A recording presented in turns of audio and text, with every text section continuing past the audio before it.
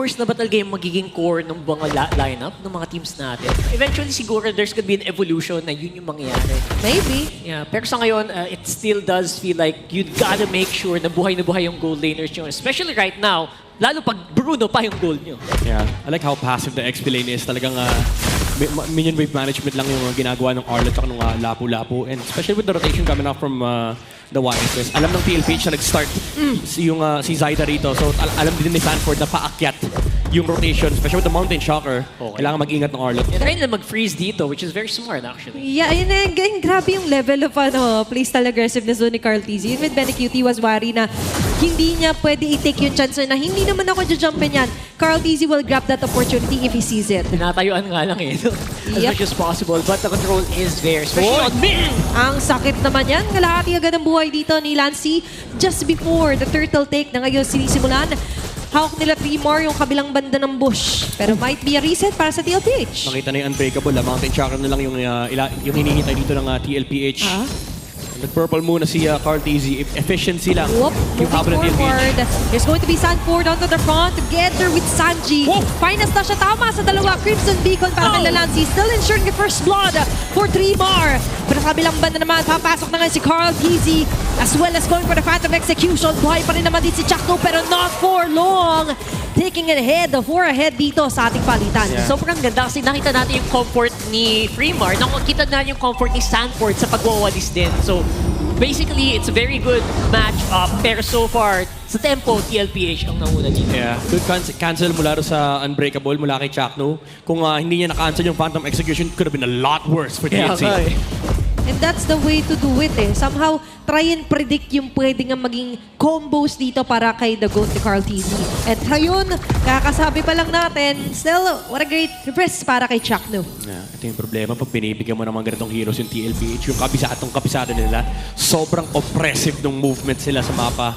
Lahat ng camps i-contest talaga ni Carl TZ. Kinakapitalize nila yung timing nila where si Zaida kasi naghahanap pa talaga ng ginto eh. He's trying to get to that point where kaya niya mga 2 hits, 3 hits with a crit. Yes. And again, hindi naman pwedeng lagi nandyan yung Matilda. Oo. Tsaka ang masakit kasi sa ulo dito, no, if you're TNC, alam din kasi ng TLPH, kapag wala yung Mountain Shocker, alam, medyo downtime ng YSS to. So if i-contest mo yung camps niya, he's not gonna be willing to fight you. Tapos ang kalaban pa niya, Lancelot na halos only dash na nga, may Matilda pa with the guiding wind. Again, magko-commit ba? Nope. It's going to be Sanford still safe onto his lane. Medyo malaki-laking nakita nating ikot doon for Lancy as well. Maganda hindi sila takot talaga mag-commit ng mga ultimates just to make sure na hindi aabante yung TL. That's very good for TNC. Yeah, parang alam mo sa mundo ng TLPH, parang di nagmamatter yung dangerous grass. Kasi as long as telegraph nila saan papunta yung YSS, saan siya nag-start, or nasan siya sa X seconds before, alam nila kung saan sila iikot. And kanina pa siya, Sanford, parang every time pupunta si Zyda sa itaas, lagi nakatago yung Arlot. Parang may X-ray vision eh, no? Oh, malaking factor din kasi dito yung familiarity. Pero ngayon familiar tayo sa ganito iskinita. Medyo delikado yata si Tremor. Still pushing up with a plan. Kaso nga lang, nandun pa rin ang kiting power sa magagaling kay Sanford. Carl TZ finishing off Chakno. 2 men down for TNC. Very big engagement coming out from TLPH. Mind you, sa harap pa ng Pagong. And they fought without the YSS. And unfortunately, TLPH naka-ready sa may middle lane. And this is very important for TNC to realize na ang laki ng importance ng focus dito ng TLPH sa mid. Kasi dito nang gagaling yung rotation nila eh. It's where the Kimi and the Matilda starts from. I guess doon nang gagaling yung information din nila, di ba? Kung kailan mag-i-start ng laban. So TLPH na ahead on that. Yep, na-pinpoint din yan sa ating Infinix Keys to Victory. AOG, wala masyado tatamaan. Maganda yung dodge out daw ni Carl TZ. What a dodge though! Pero ngayon hindi madadodge ang ni Lancy. Going forward sila Sanford. With an early double kill, 5-minute mark. Medyo nare-reach na nila ang condition sila. Some questionable time by TNC. AOG gets ko yung full commitment, pero in front pa Lancelot. Dinudge yung AOG, hinampas yung turtle, niretre lang, binasic ni Carl. Nako, ngayon na, nabibasic din nila. Stanford Carl, moving forward, nandiyan yung additional damage, medyo masakit! Tumatahina! Matatali pa rin dito! Meet and greet with Stanford as well. Nandiyan yung commitment, pero makakatakas pa nga rin yata. Nandiyan my yung God. podcast, so it's just too much to handle. Susunod pa ba din sila, Sanji? I think no na muna.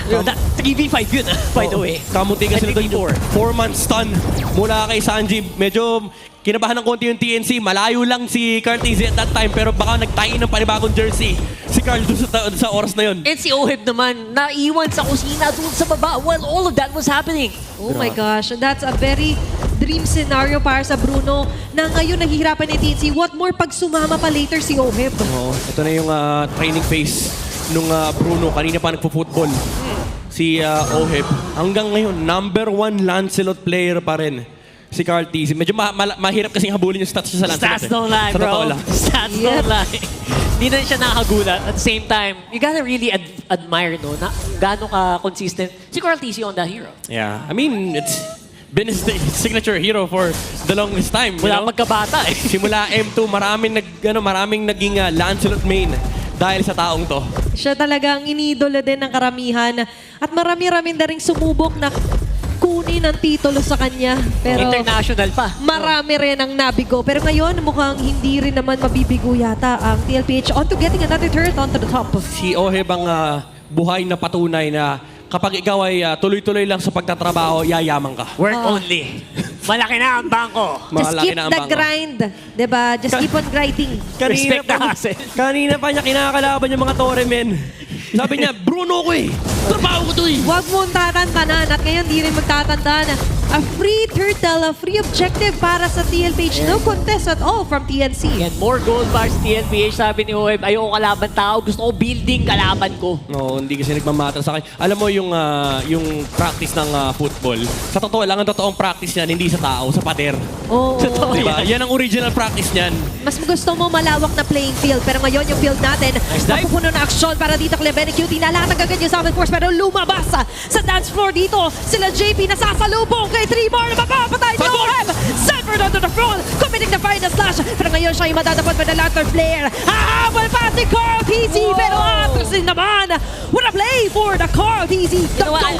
I don't blame him kasi at the same time, sobrang sayang pumasok. Especially pag may Matilda sa lineup mo, di ba? Yeah. Ay, yan yung mga moment na sasabihin ni Carl, sobra. Pero okay lang, sasamahan kita, may sinulit akong dala. Infinix GD30, of course, experience victory for every madlang gamer. Kitang-kita niyo man galawan ng ating the GOAT, Carl TZ. Ayun, yung mga pindutan ng mga Lancelot God. Alam mo na no, na marami-rami nang naipanalo ang kamay na ito. Oo. Titulo, tropeyo na naiuwi. Pero ngayon, gusto nilang kunin muna ang pagkapanalo sa first game laban sa TNC. Sabi ni Carl TZ, kulang yung touch ni YSS eh. Ito yung gusto ko talaga eh. Yung pinipindot ko lahat. May video nga yun si Lancelot eh. Ay, si Carl. Pwede rin naman. Pwede naman. May video rin si Carl TZ sa sobrang kulang yung pinipindot niya. Sinasama niya na yung shop habang nagda-dash. Kala ko may video sila Lancelot. Uy, ginagamit ako ni Carl. Oh. Pwede rin. Pwede rin naman. May ganun, di ba? Sa ibang dimensyon. Mga tutorial ay pwede rin naman. Teka lang pawang katotohanan lamang po ang tinitignan natin. 8.26k gold yung hawak ni Oheb. Si Carl TZ, 6.9. Lagpas. Tahimik lang si Oheb, pero Tahimik na ang dami niyang tahimik. pera. Ganun naman talaga eh, di ba? Yung mga rich guys, medyo tahimik lang pero paldo na pala. Pero speaking of, para naman sa TNC, tila ba, may certain conditions talaga sila kailangan ni-reach para hindi naman masyado bugbog pagdating dito sa game. Actually, yun nga iniisip ko, guys. Ano ba yung Bowie factor dito ng TNC? What is the plan? Honestly, kailangan nila mahanapan ng angulo si Oheb kasi wala silang magagawa sa apat. Ang lalalab gumalaw niyan sa mapa. Ang dami nilang dash, taas ng movement speed nila, super mobile nung apat na members. Pero yung pwesto kasi ni Oheb laging laging conservative. Yep. For TNC, they need to find that angle. Either that or they brute force this Arlot out of position in a team fight. Tama, nandun naman yung intention and initiation. Wala pa yung destruction para sa TNC Pro Team. Instead, they're being destructed ngayon. Nila na makaiwasan yung AOG. Pero ngayon, di nila maiwasan yung turno na magagaling na naman kay Carl TZ na makakaligtas pa. Members of TNC slowly falling down. Double kill for Oheb as well. Isihan nyo lang. Pumapasok na sila. Lumalaban sa ilalim ng torre. This is a really aggressive maneuver for TL. Boss, di kaya i-sustain ng TNC. Tigalawang bola lang sila. Tigalawang bola lang, tumumba kay Oheb. Dalawa na lang ba? Dalawa lang. Oo, nahirapan sila kasi duguan na sila before pa 1K. umapak si Oheb. At ngayon, kakasabi lang natin, a double finest dash onto the 1, 2. members of TNC Pro Oo Team. nga, oh. And that will be it na ba? Aabot naman yung death timers dito nila Shakno and Zaida para makadepensa. Pero ang problema, may Lord din silang kailangan na tunawin agad. Kasabay pa niyan, onto the front is Sanji and even Carbizi, Silent Beam, and Sanford going in. Maliligtas pa with the guiding one. Carbizi locking on onto track 2. Makakatakas with the AOG. Pero walang takas na kayata dito ang pinakabase ng TNC Pro Team as TLPH finds their way, finds a Game 1 win. Smooth as silk. It's gonna be TLPH